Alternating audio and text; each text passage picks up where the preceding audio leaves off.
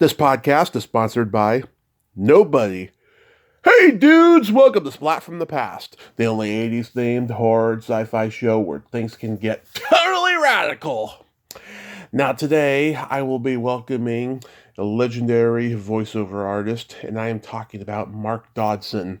Mark did voices for both Gremlins movies. He was the 3D Gremlin in the first one, and then he was the goofy Gremlin in the second one, the one who becomes a dentist and says, "Is it safe?" And he's done voices for Return of the Jedi, Ewoks, The Battle for Endor, Star Wars: The Force Awakens.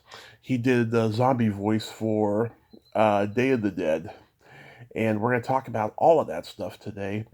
And Mark's a great guy. I met him back in August at Creatures Con in San Ramon.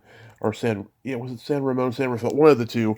And it was like very low attended. Like we didn't expect it to be so low attended. He and I spent a good 20 minutes, and I 20 minutes talking, and I said to him, I have a podcast, and he said, I generally don't do podcasts, but I'll do yours. So I thought that was really, really nice. So it's going to be a great conversation today, and I cannot just wait. I need lots of prayers, don't want to jump ahead, but I need prayers. That's all I can say. So yeah, here is my interview with Mark Dodson.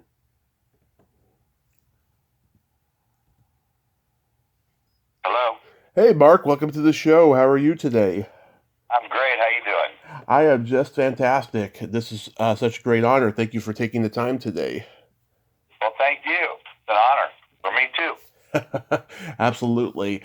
So, going back in time, was voiceover work always in the plan, or were you on another trajectory? Back in time, back to when I was 10, 11 years old, I wanted to be a director. Uh-huh. I was a big fan of Hitchcock, and I wanted to do stuff like he did. Mm-hmm. Spence. I also loved Chaplin. Mm-hmm. Went to a Chaplin Film Festival when I was a kid. In St. Louis, where I grew up, they had Chaplin films every weekend. Mm-hmm. In this beautiful theater there, the Esquire. And when I saw his stuff, I loved his work, and I wanted to direct. Mm-hmm. So, but I always did not voiceover, I always did impersonations. Mm-hmm.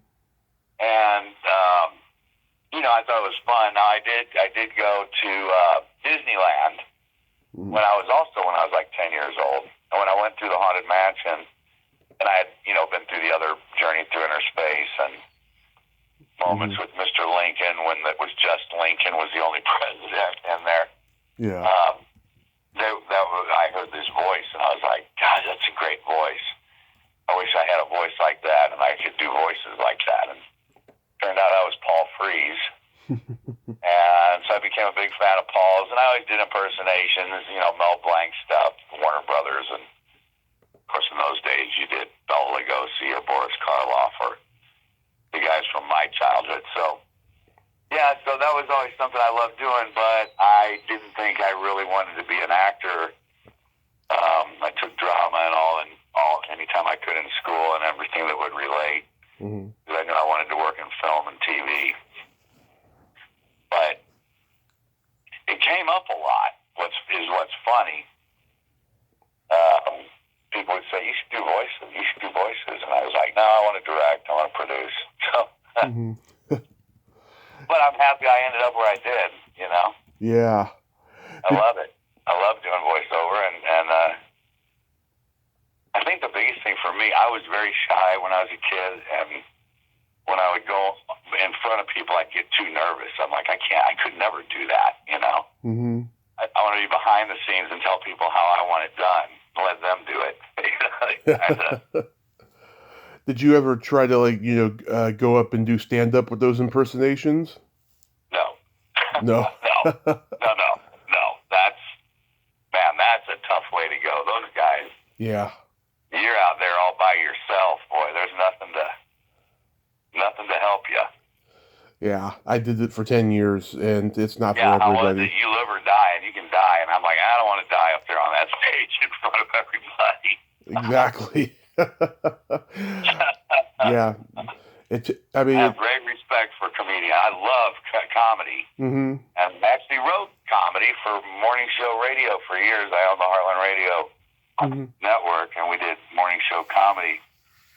And I write pretty good comedy. I mean, it did well, but up there again, I'm like, you say it. I don't want to be the one to say it. Yeah, but you didn't do any voice for the radio? I did. Yeah, I did. On that, I would do. That was all pre-recorded. Mm-hmm. So we would pre-record commercial parodies, song parodies, character bits, and we put those out every week. Back in the days when we'd send them out on CDs to radio stations, we had over 200 stations taking our programs and country radio. And yeah, it went great. I mean, we did very well for 15 years, and then radio kind of went a whole nother direction. As everybody knows, big companies started buying it up and monopolizing it, and wanted to get rid of they wanted to compete with satellite, which I didn't think was so smart, because it's like, it was just wall-to-wall music, no personality. Yeah. And so I think now that it's been this many years, it seems to me that local radio could be a lot of fun, like it used to be with personality radio and jocks that were fun to listen to and made it fun. And I think it will go that way again someday. I really do. I think people would appreciate it. Yeah. I could be wrong. I don't know, but yeah. There's nothing like the magic of the radio, I can tell you that. Yeah, I still love it, but you have morning shows, but the rest of the day is just not too much. But yeah, I don't know when that started. That's kind of weird. Maybe the podcasting world killed it. Maybe the podcasting world killed it. Who knows? No, it was more companies like Clear Channel bought up thousands of stations, and they just wanted to sell advertising time, and they wanted to cut their budgets and make money, and that's what happened. It was in the 90s. Wow. It was in the 90s when all that started happening. So now it's pretty much pre-recorded. The jocks go in and they record their whole show in 20 minutes. Yeah. They know what the breaks are. They know who to back announce. Oh, that was whoever. And coming up, we have whatever. And that's all they say. It's like, okay. So after high school, did you attend college? No, I went straight to Los Angeles from St. Louis. I graduated in '78 from high school, and I was like, I knew I was going to have to pay for my own college and all, and I was like, you know what? I'm just going to go out to L.A. and get a job, which was maybe easier to do in the late '70s. Get a job at any studio, doing anything, whether it's working in a mailroom or emptying trash. Yeah. I'm going to meet people and I'm going to network. And I knew in those days, I'd heard that if you worked for studios, no matter what you did, when you had time off, you could go on the back lot and watch them film. You could, hang out and learn things. And I was like, that's how I'm going to do it. And I did. Yeah, that's how I did it. I ended up with Lucasfilm as a laborer. Good job as a laborer to go up to Marin County and help build Skywalker Ranch. I thought, okay, that got me in the door. Now I'll meet the right people. I'll be around them. I'll network, and I'll get in. And it worked. Yeah, that's what led to Return of the Jedi. Yeah. So then, I would go to the different. There was 4th of July picnic at the ranch. There was the Christmas parties. There were screenings, and there were always parties after the big screenings of everything that ILM had worked on or Lucasfilm. And joking around, I was doing doing some voice. I would do some. I'd say something, and people in the company would be like, "Wow, that was a great Bela Lugosi or Dracula or whoever." Yeah. I was doing. Strother Martin was one of my favorites. Yeah. And they'd be like, "You should let Ben Burt know, who's the sound man for Lucas. You should let him know you can do these voices. He's always looking for voices. I'm sure he'd have you in." So I did. Well, I'll try it. So I did, and I ended up getting Salacious Crumb. And that was lucky because Tony McVeigh and Chris Wallace made Salacious Crumb. Mm-hmm. And then they went on, 6 months later, to make the Gremlins. And then it was brought up that the Gremlins looked a lot like Salacious. And did they know who did the voice for Salacious? And they were like, yeah. At that point, I'd become an apprentice carpenter for Lucas. And they said, yeah, Mark Dodson, he's a carpenter up at Skywalker Ranch. And they were like, can you get a hold of him, see if he wants to do the Gremlins voices? And I got a call from Chris Wallace, and I thought it was a prank. I was like, there's no way. This is not real. Like, you guys want me to come work on a Spielberg movie? They're like, no, this is real, Mark. This is real. You want to do it? I was like, well, yeah. So next thing I knew, I'm working on Gremlins. And Chris said, you need to get an agent. Because he's like, are you union? I said, no. He said, if you don't mind, what did you make on doing Salacious's voice? I said, $100. Wow. I was like, oh my God. He's like, you need to get an agent. You could make a lot of money on this Spielberg movie. I got an agent in LA right away. But basically because I let him know I needed him to negotiate a contract for a Spielberg movie. Yeah. Because at first she was like, you have to send us a demo. And I said, well, I don't have a demo. And she's like, well, we can't decide if we want to represent you till we hear you. And I said, well, I don't have a demo, but I need an agent, like, right away. And she's like, she kind of got a little miffed. She's like, look, we got it. You're going to have to send us get a demo done. And I said, okay, wait a minute. Let me explain.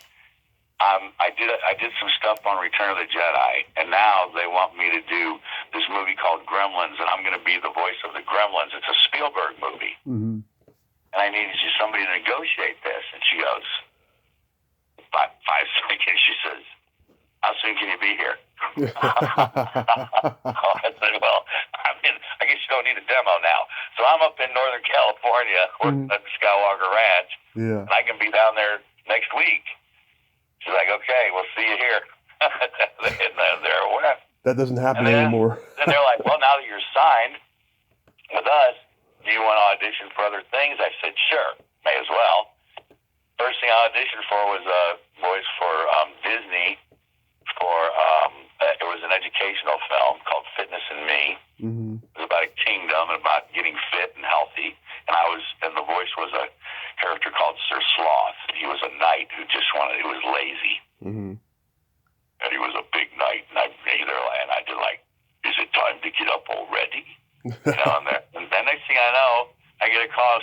My agent says, you got the part of Sir Sloth. I'm like, what? Like that? Like, what's going on? Like, I'm supposed to be doing voices. Yeah. So I did that. And then it just, commercials and things. And I was like, well, I guess this is what I'm supposed to do. And I do enjoy it. And I don't have to really be in front of people. And I'm I'm not as nervous as I used to be about it. I'm not as shy as I used to be. So, yeah, here we are. Now, it'll be 40 years next year. Wow, that must have been exciting though when you first got Return of the Jedi, because I'm sure you remember when the original Star Wars came out and it had such an impact on culture and society. Oh, definitely, yeah, and I was like, but we didn't think it would be like this. We were just like, everything that was being worked on at the studios at ILM or Lucas was always like, oh, we hope it's the movie of the summer, or the movie of the holidays, or you just hope for that moment. You weren't like thinking 40 years out, like this is going to change culture in every way. What movies have done that? Not a lot, not to this degree. As I say, it was pop culture in the 70s and 80s and 90s. Now it's culture. Now it's not just pop culture; it's culture. So, and now I go and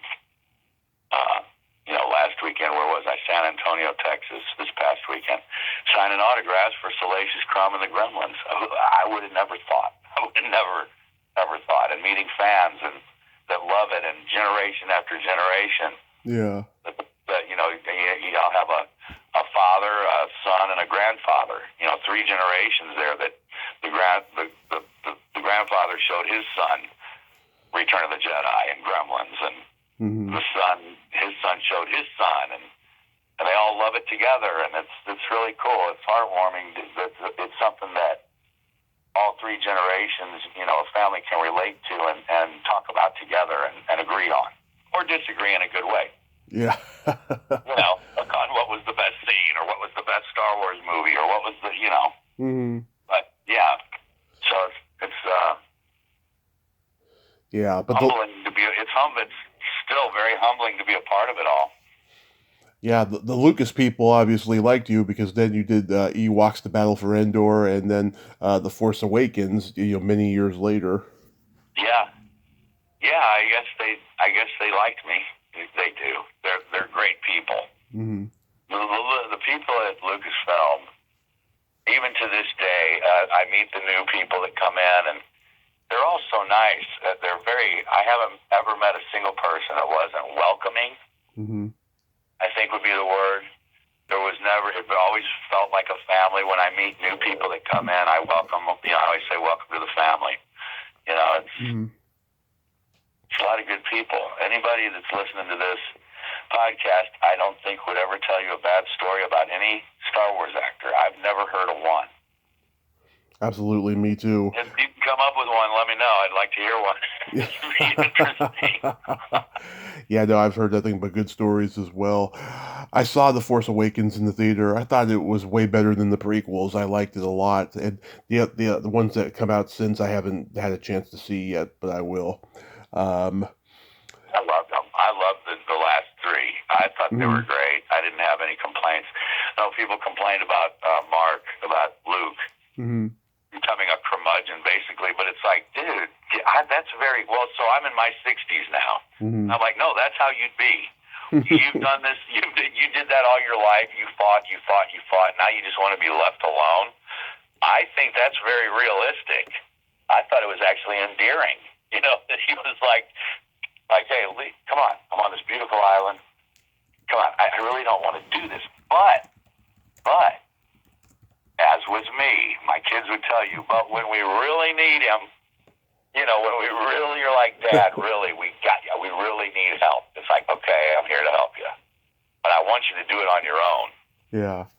But if you get to where they're going to blow you up, I'll be there to stop it, So I thought it was great. I loved it. Yeah. Now for Gremlins, you were the 3D Gremlin specifically in the first one. I got that autographed picture, from you at Creatures Con. Yeah, everybody loves that Gremlin. Did Joe Dante tell everyone specifically what he wanted for, the voices and the cadences of the Gremlins? No, he's there directing, right? But yeah, we would watch a portion of that scene, little pieces as we went along. And we would just we'd collaborate and be like, well, what would he say here? And it wasn't Joe telling you he needs to do this. We would just play with it, and how about we try this, try that, and then we try it to picture, and then they'll play it back. You're on an ADR stage, so then they'll play it back to picture, and basically, it was me and Mark Mangini is the sound man on that. He had Joe Dante, Frank Welker, Howie Mandel, and Mike Fennell was the producer on it. They'd all be in the studio. And basically when they play it back to picture, if we laughed, it was like, okay, that worked. Let's move on to the next one. If it didn't get a reaction, it'd be like, okay, that didn't work. Let's try something else. Mm-hmm. I will tell you there's a scene where one of the Gremlins says, milk duds. You remember milk duds? He went, and I personally, I love milk duds. Yeah. And I love juji fruits. So I remember saying, let him say juji fruits, because I like juji fruits. And Joe said to me, he goes, if you don't know that milk duds is funnier than juji fruits, you don't know comedy. And I was like, no, you're right. Milk duds is funnier than juji fruits. So, there was things like that. But we're just kind of having fun like kids in a studio, like kids in a Yeah. Yeah, I talked to Brad Keston, who actually was a preteen kid at the time doing Gremlins voices. He doesn't remember much, but what did you think when you saw the movie on screen for the first time? I loved it. I loved it. It was fun. It was just a lot of fun. It was different. At that time, it was very different. I always liked monster movies too. Hmm. So I thought it was very clever. Chris Columbus wrote Gremlins. Hmm. I thought it was great. It's and then when you know that it's not real. So Hmm. when you're sitting in a big theater watching it, and you're like, "That's my boy. I know that's me, but that can't be. That's not me." It's really strange. It's really strange. Hmm. Yeah, Yeah. it was. It And was. then I'd be honest with you, like like when anybody works on anything, right? You look back, and you go, "Oh, I could have done this. I could have done that." You beat yourself up. But in the moment, it was perfect. So I have to realize, well, in the moment, you thought it was pretty damn good. So why go back and try to? Well, I could have this. I could have. Yeah, no. In the moment, it was perfect. Yeah, I was We watching it. wouldn't have moved on. We wouldn't have moved on to the next Gremlin. I was watching it as early as age 3. It hit HBO in the summer of '86, and it was on all the time. And it scared me for a long time, but I've come around, in recent years. But like, there was a period where I was just terrified of a lot of stuff about it, and there is a lot of terrifying stuff in it. You know. So I was 23. No, I was 24. Mm-hmm. Um, I mean, there were startling moments. You know, Yeah. what it was startled. I knew the film, so it's really hard to. And I was 23, and it never scared me. I don't know. Maybe because I worked on it. I know everybody said, "Oh, when they were young." Yeah, I'm sure. If I think back, well, if I'd have seen that when I was 10 years old, it probably would have scared the hell out of me, and I'd have been checking under my bed and in the closet, and Mm-hmm. when I went to bed at night, I'm sure it would. Yeah, but Well. Mm-hmm. Psycho still scares me. Alfred Hitchcock's Psycho. That's still a scary. So to me, when you see a movie that it could be real, Mm-hmm. where you're going, this could really happen. That's more terrifying than something that's very fantasy. I Mm-hmm. don't know. Yeah, I mean, when I saw the second one, it didn't scare me. It made me laugh more because the second one's more of a comedy, you know? It is. Yeah. Yeah, Yeah. I totally agree. And you were that gremlin that was kind of like Daffy Duck. And that's his name, Daffy. Yeah. Yeah, it was him as a Mugwai and a Gremlin, and then George and Lenny. And which George and Lenny's kind of cool because that came from a Mice and Men, Steinbeck's novel. And of course, I had read of Mice and Men in high school, and it was back in the days when I don't know if they still do, but you read of Mice and Men, Mm-hmm. um, and I saw the movie with Burgess Meredith as George, and Lon Chaney Jr. was Lenny. Yeah. Yeah, and then of course Warner Brothers. Whenever you'd see those characters, they were like, "Which way did he go, George? Which way did That was Yeah. making fun of Mice and that was making fun of Mice and Men because that was how Lon Chaney Jr. played George. Very slow. He was very slow, kind of dumb. Mm-hmm. I don't know, and but very lovable. Right. Yeah. There's that classic scene where he's the dentist, and Uh, was it was it in the script to reference Marathon Man? you know, of course, because that was the whole reference. Mm-hmm. Is it safe? Yeah. Yeah. And anybody that has, I can't believe how many people haven't seen a Marathon Man. I know. I mentioned that to people, and they're like, "I've never seen it," so they didn't even get it. It's like, well, then you didn't really get it when he said, "Is it safe?" Yeah. It's like, no, that's Sir Laurence Olivier playing the villain saying that to Dustin Hoffman as he's drilling on a live nerve in his tooth. That's in Marathon Man. That's how he's trying to find out if it's safe to go get diamonds. He was a Nazi war doctor, Olivier, and he stole diamonds during the war, like lots of beautiful diamonds. And he thinks that Dustin Hoffman knows where they are and knows if it's safe to go and get them or if it's being watched. Dustin Hoffman doesn't know. He really doesn't. So he's drilling up. It's a horrible, man, when you watch that scene, you feel it. You're just like, oh, my God. And that was the reference. Yeah, is it safe? Yeah, that's what it was. Yeah. Yeah, it took me years to figure that out, too, so I totally get it. Yeah. Well, then you saw Marathon Man, and we're like, well, they took that from the Gremlins too. Yeah. Like, no, we got it from them. Exactly. Yeah. How does Wishman come to you? Wishman. That was a pilot series. It came to me because a friend of mine knew the production house that was doing the sound. And it was mentioned that I'd been doing these aliens and creatures and things. And they said, oh, maybe he could do something for this Wishman character.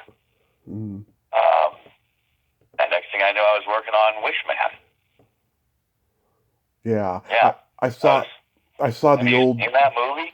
No, I saw the pilot, actually. I saw the old previews of it on YouTube. It had Linda Hamilton and Joseph Bottoms and James Keach in it. That's as far as I saw it.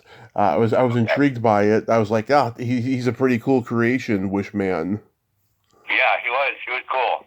And I love James Keach. Well, all of them. Everybody that was in that, and I got to be in the studio with those people, and that was in my early days, so it was really cool. And I had seen James and I got along real well probably because, when you go and tell somebody, I saw your film and I loved it, and you can quote things, they're like, oh, wow, I like you.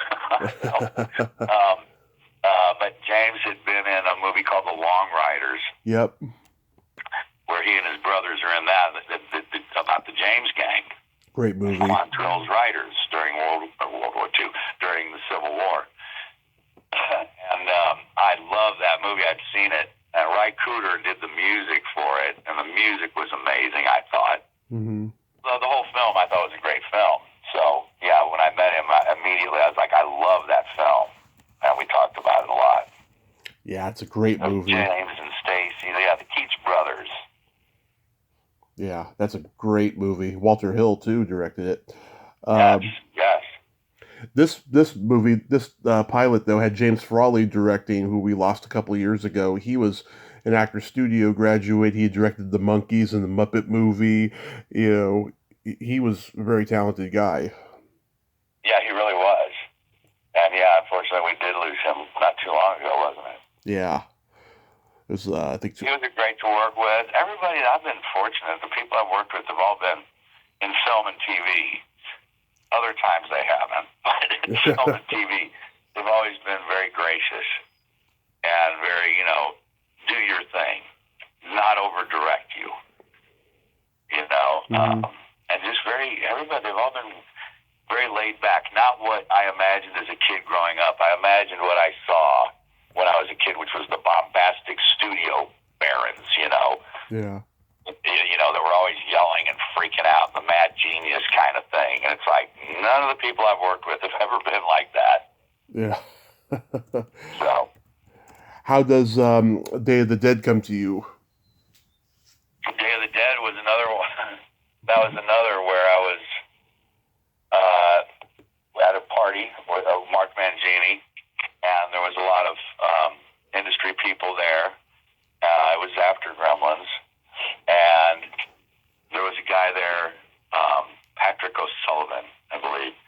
Yeah, and he was, Mark said, hey, I want you to meet my friend Patrick. He's working on a film that might be good for you. So we met, and I'm like, okay, so what's the film? And he said, and no offense to people, but at this time, when he came to me, he said, "Well, I know you worked on Star Wars and Gremlins, and you worked with Spielberg and Lucas," and he's like, "I'm working on this very B movie, and you probably, if you don't want to do it, that's okay."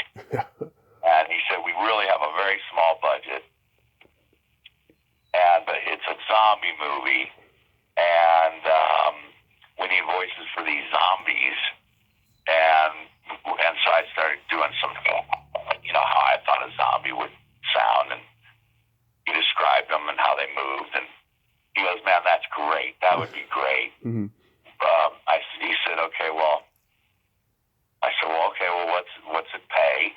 And he said, "Well, it's probably going to be about 4 hours in the studio. I think I can get you about $1,000. And I said, "Well, okay, how about this? $1,000 and all the pizza I can eat." And he said, "Really?" I said, "Yeah." He said, "You'll do it for that?" I said, "Yeah." He goes, "You got it." So I showed up, and there was George Romero and a bunch of the people that worked on the film, and some of the zombie people, the actors that wanted to do some of their own zombie voices, and we did it, and lunch came, and they roll in they come in with a dolly stacked about, 3 feet, 4 feet tall of pizzas. And Patrick said, "Okay, everybody, it's lunchtime," and part of Mark's contract was that he gets all the pizza he can eat. So we decided everybody can have all the pizza they can eat. So you should thank Mark for the pizza. It was like, "Thanks, Mark." And we all ate pizza till we couldn't eat it anymore. Oh, that's awesome. I've talked to many from the George Romero zombie camp. In fact, Lori Cardile came on for the third time on Monday. She's become a good friend. What specific zombies in the movie did you voice? So in the very beginning, the Dr. Tongue, I'm just standing there. And I don't know their names. I remember when Bub first came on, I was like, "Oh, I want to do him." And they're like, "Sorry, the real actor is here. He's going to do his own voice." I was like, "Oh, fine. I'm sorry, but." He's like, No, that's all right." I said, "Yeah, no, you should definitely do your own." The one where they're a lot of the background. Let's see, when we're tearing up the guy, I'm helping tear up. What's his name when he's on the ground there, where we pull him apart? That's a cool scene. That one actually hit me, even though I knew it was. I remember doing it, going like, "Oh my God, that's like." The one where they chop his head off with the shovel. Yeah. Right. Okay, that's me. The one where they're trying to climb out of the building, and he keeps grabbing them, reaching up and grabbing them and pulling them down. That's me. And he's trying to, and a lot of the background. And here's what's funny. The scene where the hands come through the wall at her. Yeah. I thought it was kind of weird because I'm a lot of the zombies in that where we're reaching through the wall. But I thought it was kind of weird because, and if you remember in Gremlins 2, we do that on an elevator. The Gremlins do. Yeah, with Phoebe Cates. Yeah, with Phoebe. And I'm like, "Oh, this is weird. I'm reaching through walls for a lady again." I was like, "This is weird." The funny thing, if you remember in Gremlins 2, and then she says, "Sound the alarm," or the thing says, "Sound the alarm," and all of a sudden the girls go, I thought that was a funny scene. That is pretty funny, yeah. Yeah. And it's funny, I thought the timing was good too with Joe. Because when they say "sound the alarm," there's like a pause. Like the Gremlins, I can see us back there thinking, "Should we do this? Yeah, let's do it." And all of a sudden we start doing that. Yeah, I think Howard Sherman, who played Bub, I think he's great as that character. Tom Savini's makeup in the movie is the best he's ever done, I think. Yeah. It's pretty good. Yeah, no, he's very good. He's very nice to everybody, man. They're all good people. You did some voices for like Darkwing Duck and Bonkers. Were those good experiences? Yeah, Darkwing Duck was really good because Jim Cummings was there and Lorenzo Music was there. Nancy Cartwright. Mm-hmm. And I walk in, and I'm just like, oh, my gosh, these people are legendary. And here I am working with them. And that was one time when I got very nervous. And I remember, and I could tell. And Jim was so nice. He actually came over. And he's like, I'm going to work next with Mark. And they're like, that's fine. So he got right next to me. He's like, man, it's cool. It's okay. Just have fun. It's all right. And I'm like, dude, I know, but you guys are idols to me. You guys are amazing. I don't think I'm in the right place. And he's like, no, you're in the right place. You're supposed to be here. Mm-hmm.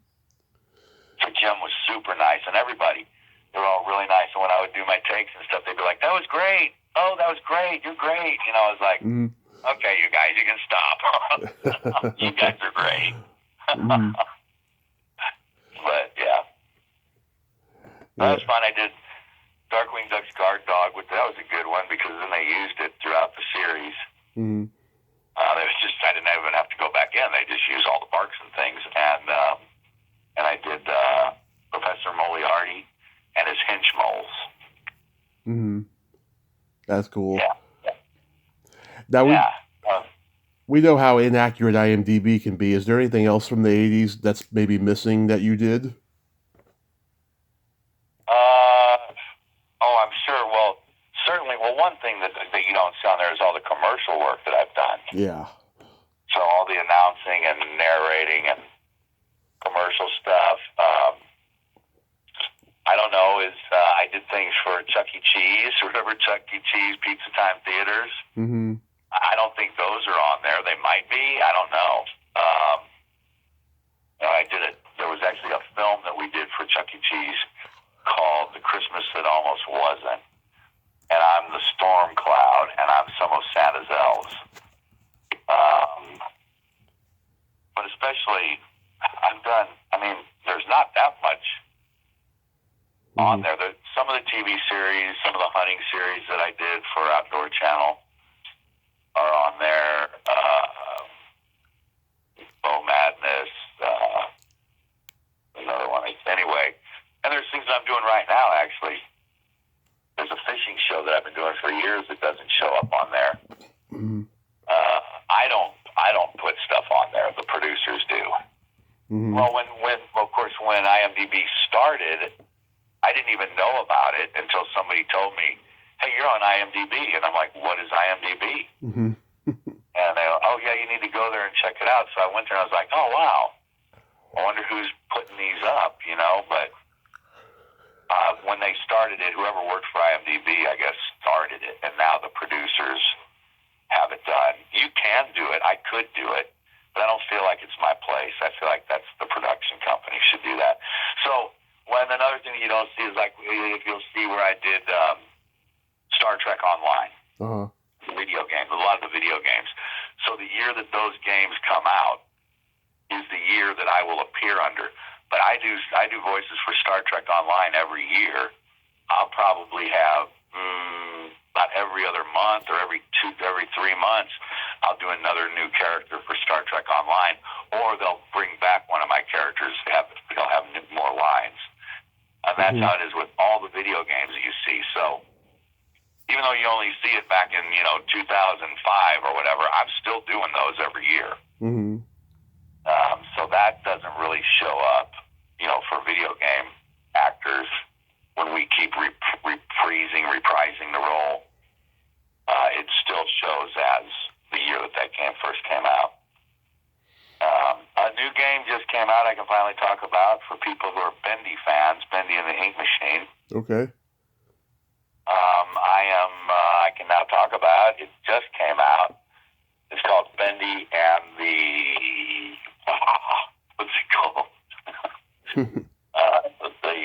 Something. Oh, shoot. I'm going to get in trouble now. Look it up real quick. Okay. Dark Revival. Bendy and the Dark Revival. Okay. It's a very popular game. It's cool. It's right here, yeah. It's scary. It's like Walt Disney lost his mind and went dark. And it starts in the 1920s, and it's an animation house with kind of a Mickey Mouse kind of a character and then the guy Joey Drew, who owns the studios, loses his mind. And it gets dark. it gets really dark. So I'm the character Nathan Arch.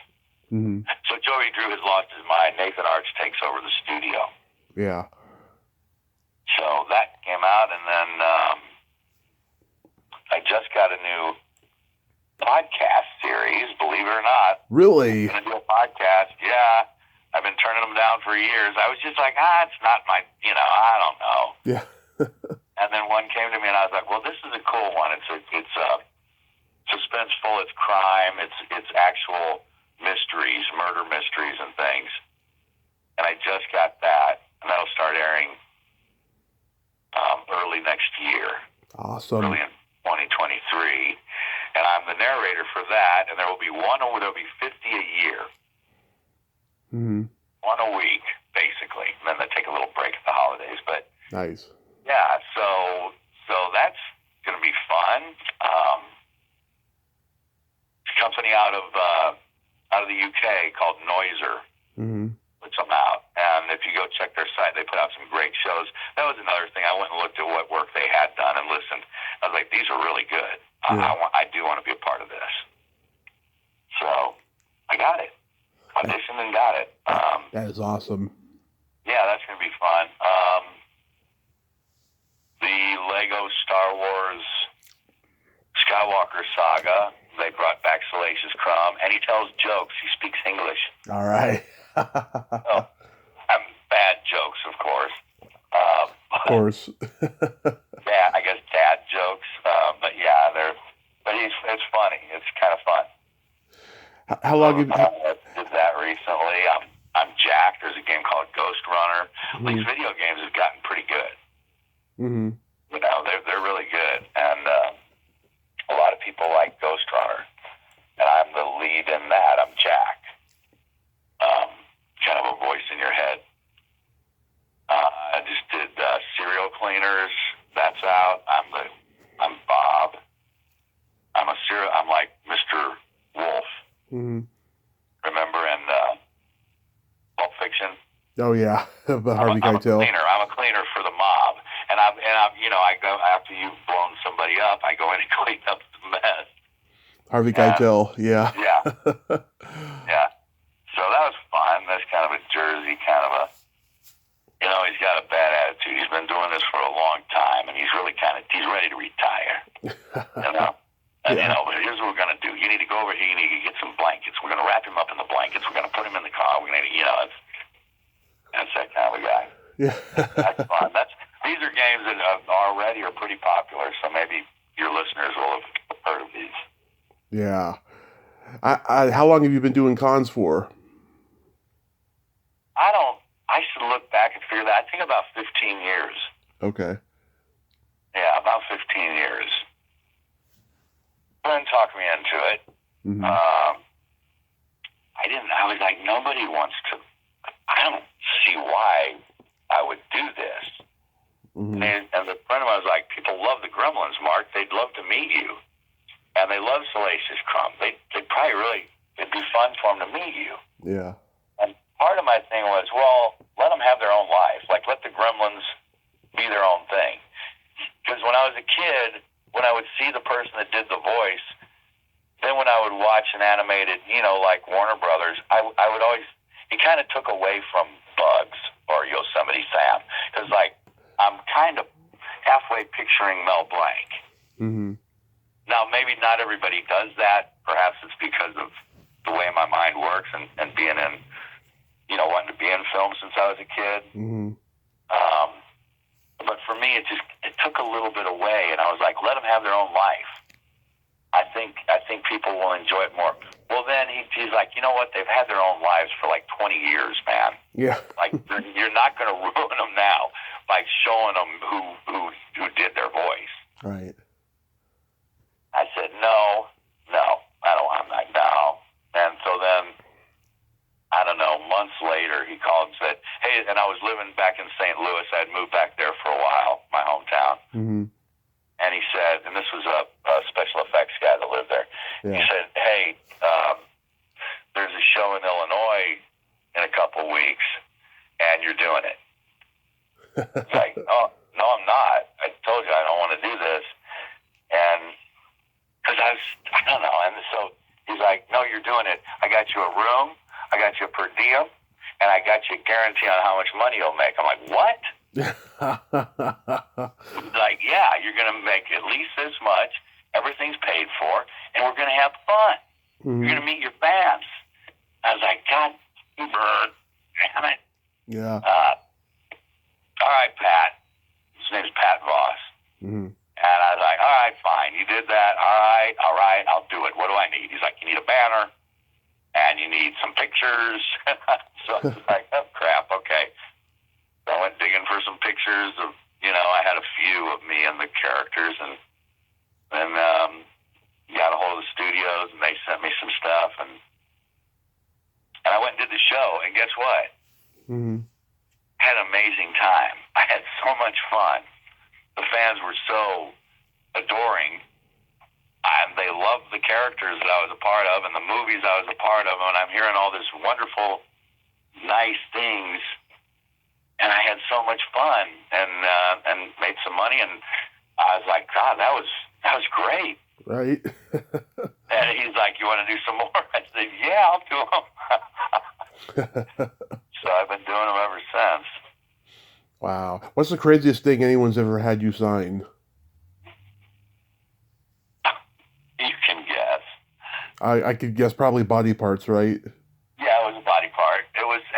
We were at a show, it's hard for me to remember anymore, but it was great, and we were in this beautiful pub, mm-hmm. and a woman came up to our table, and she'd had quite a few drinks, obviously. Yeah. She knew who we were, and she wanted us to sign her breast.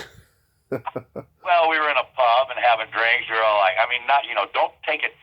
Do not pull your dress all the way down. Okay, just up top here. We'll do that. So that would be obviously the most. And a bunch of us signed her breast. Oh my God. So anyway, it was fun.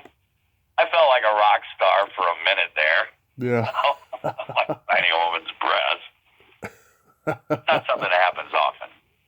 Yeah, all the horror people, they have it much worse, I'll tell you. I've talked to a lot of them. They tell me some stories.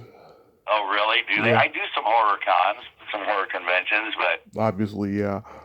Yeah, but, yeah, that would be... And then there was another one. She brought her bra to the show and wanted me to sign her bra. And she had stars signing her bra. So I did. I was like, yeah, that's fine. Fine. Yeah. Those would be, and I've had people want me to sign their arm or their ankle, mm-hmm. and then they say they're going to go and have the name tattooed, mm-hmm. and they're going to put the character. So you sign it, and they're like, yeah, I'm going to go have your name tattooed on me. And now the tattoo artist can go over your signature, and I'm going to put Salacious or Gremlin or whoever they're going to put. That's wild to me to think somebody's walking around with my name tattooed on them. Yeah, it's that there's some strange fans out there for sure, and I run across them on Facebook, some of them friend me.